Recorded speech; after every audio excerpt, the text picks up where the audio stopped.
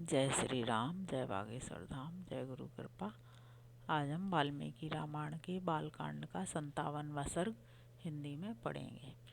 जय राम रमारमणं समनं भव ताप भयाकुल पाहि जन्म अवदेश सुरेश रमेश विभो शरणागत मागत पाहि प्रभो।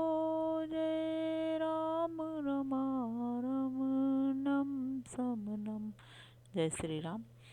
57वां सर्ग।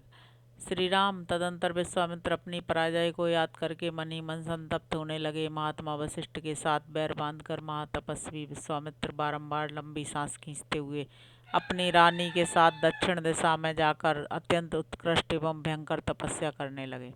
वहाँ मन और इंद्रियों को वश में करके वे फल मूल का आहार करते तथा उत्तम तपस्या में लगे रहते थे। वहीं उनके हविष्पंद, मधुस्पंद, दृढ़ नेत्र और महारथ नामक 4 पुत्र उत्पन्न हुए, जो सत्य और धर्म में तत्पर रहने वाले थे। 1000 वर्ष पूरा हो जाने पर लोक पितामह ब्रह्मा जी ने तपस्या के धनी विश्वामित्र को दर्शन देकर मधुर वाणी में कहा, कुशिक नंदन, तुमने तपस्या के द्वारा राज ऋषियों के लोकों पर विजय पाई है। इस तपस्या के प्रभाव से हम तुम्हें सच्चा राज ऋषि समझते हैं। यह कहकर संपूर्ण लोकों के स्वामी ब्रह्मा जी देवताओं के साथ स्वर्ग लोक होते हुए ब्रह्मलोक को चले गए। उनकी बात सुनकर विश्वामित्र का मुख लज्जा से कुछ झुक गया। वे बड़े दुख से व्यतीत हो दीनता पूर्वक मन ही मन यों कहने लगे, अहो, मैंने इतना बड़ा तप किया तो भी ऋषियों सहित संपूर्ण देवता मुझे राज ऋषि ही समझते हैं। मालूम होता है इस तपस्या का कोई फल नहीं होगा। श्री राम मन में ऐसा सोचकर अपने मन को बस में रखने वाले महातपस्वी धर्मात्मा विश्वामित्र पुनः भारी तपस्या में लग गए। इसी समय इक्ष्वाकु कुल की कीर्ति बढ़ाने वाले एक सत्यवादी और जितेंद्रिय राजा राज्य करते थे। उनका नाम था त्रिशंकु। रघुनंदन, उनके मन में विचार हुआ कि मैं ऐसा कोई यज्ञ करूं जिससे अपने इस शरीर के साथ ही देवताओं की परम गति स्वर्गलोक को जा पहुंचूं। तब उन्होंने वशिष्ठ जी को बुलाकर अपना यह विचार उन्हें कह सुनाया। महात्मा वशिष्ठ ने उन्हें बताया कि ऐसा होना असंभव है। जब वशिष्ठ ने उन्हें कोरा उत्तर दे दिया, तब वे राजा उस कर्म की सिद्धि के लिए दक्षिण दिशा में उन्हीं के पुत्रों के पास चले गए। वशिष्ठ जी के वे पुत्र जहाँ दीर्घकाल से तपस्या में प्रवृत्त होकर तप करते थे, उस स्थान पर पहुंचकर महातेजस्वी त्रिशंकु ने देखा कि मन को बस में रखने वाले वे 100 परम तेजस्वी वशिष्ठ कुमार तपस्या में संलग्न हैं।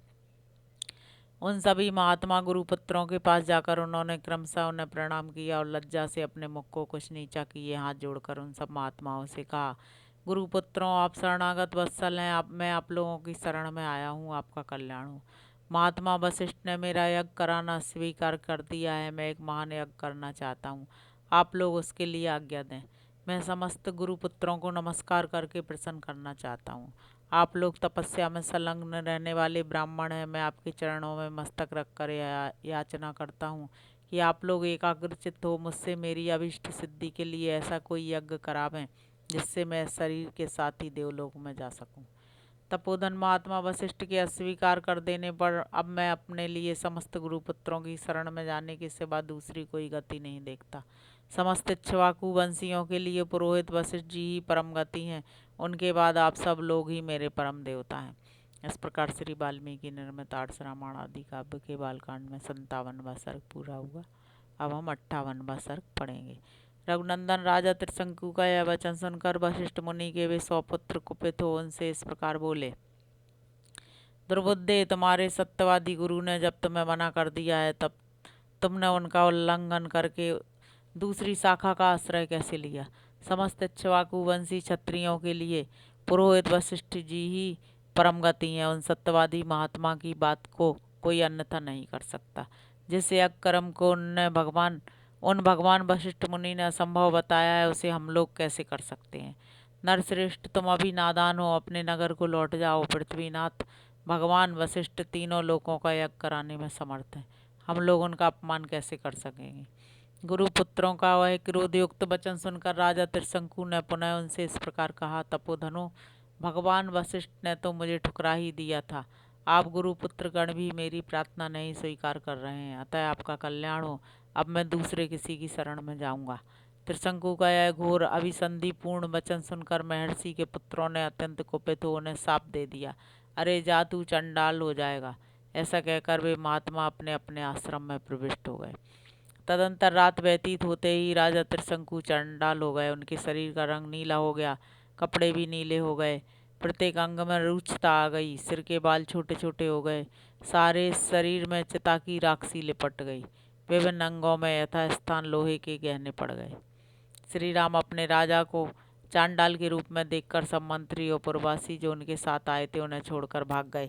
ककुस्थ नंदन वे धीर स्वभाव नरेश दिन रात चिंता की आग में जलने लगे और अकेले ही तपोधन विश्वामित्र की शरण में गए। श्री राम विश्वामित्र ने देखा राजा का जीवन निष्फल हो गया है। उन्हें चांडाल के रूप में देखकर उन महातेजस्वी परम धर्मात्मा मुनि के हृदय में करुणा भराई। वे दया से द्रवित होकर भयंकर दिखाई देने वाले राजा त्रिशंकु से इस प्रकार बोले, महाबली राजकुमार, तुम्हारा भला हो। यहाँ किस काम से तुम्हारा आना हुआ है? वीर अयोध्या नरेश, जान पड़ता है तुम साप से चांडाल भाव को प्राप्त हुए हो। विश्वामित्र की बात सुनकर चांडाल भाव को प्राप्त हुए और वाणी के तात्पर्य को समझने वाले राजा त्रिशंकु ने हाथ जोड़कर वाक्यार्थ कोविद विश्वामित्र मुनि से इस प्रकार कहा, महर्षि, मुझे गुरु तथा गुरुपुत्रों ने ठुकरा दिया। मैं जिस मनोभीष्ट वस्तु को पाना चाहता था उसे ना पाकर इच्छा के विपरीत अनर्थ का भागी हो गया। सौम्य दर्शन मुनीश्वर, मैं चाहता था कि इसी शरीर से स्वर्ग को जाऊं, परंतु यह इच्छा पूर्ण न हो सकी। मैंने सैकड़ों यज्ञ किए हैं किंतु उनका भी कोई फल नहीं मिल रहा है। सौम्य, मैं क्षत्रिय धर्म की शपथ खाकर आपसे कहता हूँ कि बड़े से बड़े संकट में पड़ने पर भी ना तो पहले कभी मैंने मिथ्या भाषण किया है और ना मैं भविष्य में ही कभी करूँगा। मैंने नाना प्रकार के यज्ञों का अनुष्ठान किया, प्रजाजनों की धर्मपूर्वक रक्षा की और शील एवं सदाचार के द्वारा महात्माओं तथा गुरुजनों को संतुष्ट रखने का प्रयास किया। इस समय भी मैं यज्ञ करना चाहता था, अतः मेरा यह प्रयत्न धर्म के लिए ही था।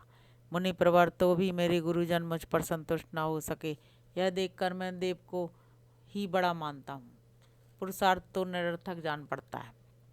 देव सब पर आक्रमण करता है, देव ही सबकी परम गति है। मुने, मैं अत्यंत आर्त होकर आपकी कृपा चाहता हूँ। देव ने मेरे पुरुषार्थ को दबा दिया है, आपका भला हो, आप मुझ पर अवश्य कृपा करें। अब मैं आपके सिवा दूसरे किसी की शरण में नहीं जाऊंगा, दूसरा कोई मुझे शरण देने वाला है भी नहीं। आप ही अपने पुरुषार्थ से मेरे दुर्देव को पलट सकते हैं। इस प्रकार श्री वाल्मीकि निर्वृतार्थ रामायण आदि का आपके बालकांड में 58वां सर्ग पूरा हुआ। जय श्री राम, जय बागेश्वर धाम, जय गुरु कृपा।